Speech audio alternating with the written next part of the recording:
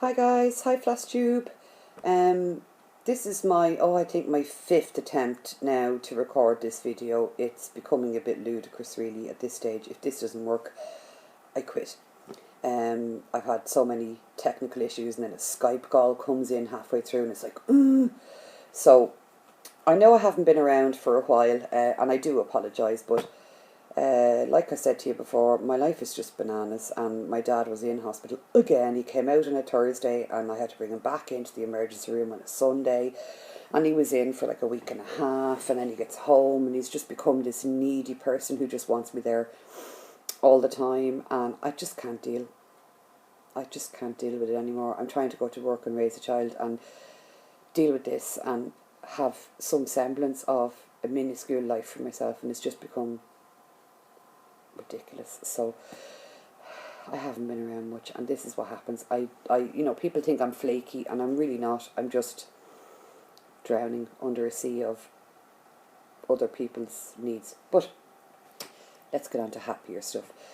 My next door neighbour son had 2 beautiful twin girls the other day, and the first I heard about them was like 3 days before they were born. The neighbour says to me, "Oh, by the way, my son's about to have twins." And I was like, "What? You're only telling me now?" I said, "How am I supposed to knit something for them now?" So I tried to get frantically going, and I'm getting there, but I'm not there yet. But anyway, I found in the library a copy of Joan Elliott's greeting cards book. Oh, it's great. Lovely little mini stitches for all sorts of occasions. And they had one for twins. And I thought, I have to make that. I mean, it's just really cute. So, ta-da! I have a finish. There you go. Look, isn't it really sweet? Now, along here, along the bottom, it's meant to say twice as nice, but maybe that's easier to see. I decided to put the names of the 2 little girls, Abby and Holly, at the bottom. I know I didn't pick the best colours. They're very pale, aren't they? But I was trying to match as close as I could to the DMC colours recommended. The only thing I really don't like is the poor bear's eyes. I really feel sorry for the poor old bears. They're meant to be French knots. That's all I can say. They suck. I'm going to have to really practice my French knots because they turned out really bad, particularly this poor old bear. He looks like he's got cataracts and he's about to go blind, poor guy, look. But isn't it really lovely? And in the book, it gives you all the instructions to make an aperture card and all sorts of things, so that's what I'm going to do with that. And I love to card make, and I have all the gear in the other room, so I'll be making an aperture card with that. And then I have to knit something because that's what I do. So I already have some knitting stash upstairs for miscellaneous babies, because I've learned from hard experience that babies arrive when you least expect them to, so you have to have something ready to go. So I have one, and because they were twin girls and they were a little bit early, so they're £5 each, so they're only teeny. So I have one very small, beautiful little baby surprise jacket by Elizabeth Zimmerman, goddess of knitting, and I'll gift that. And then I have another pattern. Now I'm going to turn the camera around to try and show you it on my laptop because it's a vintage pattern by Patterns. I'm going to have to move, so I'll see. Sorry. I suck. But dude, there you go. Can you see? Isn't that super cute? I love the 3 rings. It's like a yoke cardigan. And I've made it before. Sorry. That's going to be really noisy as well on the video. I apologise. I've made it before, and it turned out really lovely. And what's really unusual about it for a vintage pattern is it's seamless. I love seamless knitting. I hate sewing. I know I say that when I'm doing cross stitch, but in knitting, sewing is pain. It's all mattress stitch and ugh. So I don't mind Kitchener stitch for like toes of socks and hiding underarm seams, but I cannot stand sewing up sides. And all of these vintage patterns were usually like, left front, right front, back, and your sleeves are done flat, and you had to sew it all up and then join it together. Oh, it drove me bananas. I'm not interested in that at all. Love Elizabeth Zimmerman, worship. She taught me how to convert everything to be seamless, but this pattern is seamless, so it's super. And I haven't made much progress because, like I said, been busy, but I've done this much. Now it looks huge, like if you go, ooh, look how wide that looks, but when you wrap it all around, it'll be like toddler sized.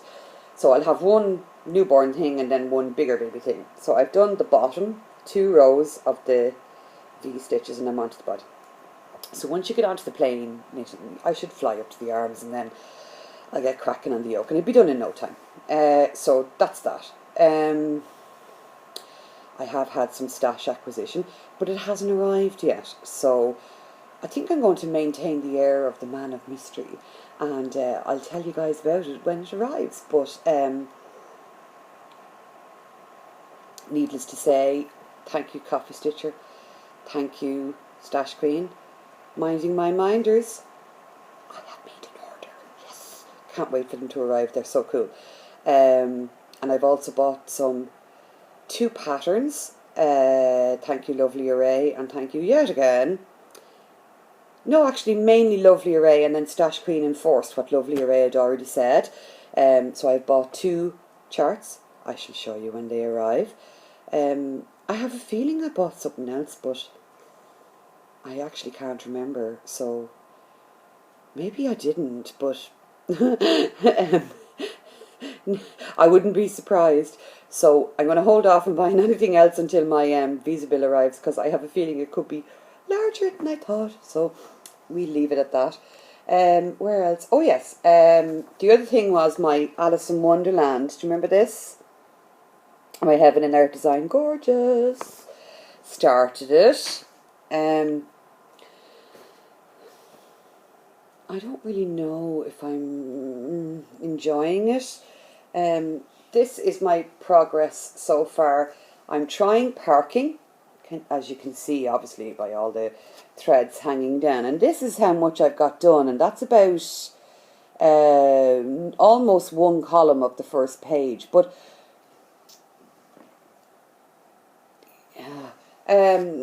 I'm doing it 1 over, no, not 1 over 1. 1 over 1 means 1 thread over 1 square, doesn't it, on even weave? I'm doing it 2 over 1, so it's 2 threads of floss over 1 tiny little square of even weave, and I think it's too small.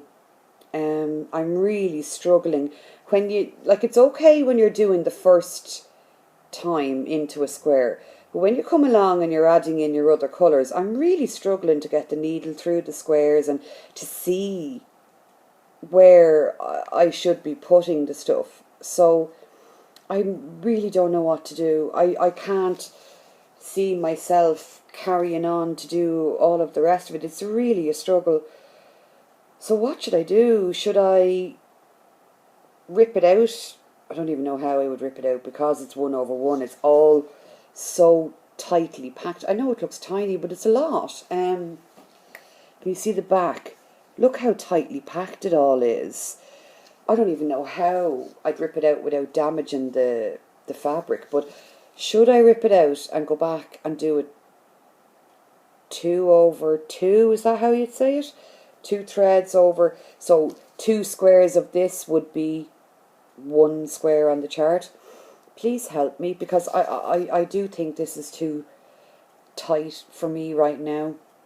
I mean, I'll plough away if needs must, but I just have a feeling it's going to really frustrate me, and that means it's going to take forever to get done, because you know yourself, you'll put it aside and do something else, anything else, rather than go back to something that's annoying you. So I do think this is going to become an issue if I don't make a decision as to whether to proceed 2 over 1 or figure out how I will rip back and start again 2 over 2.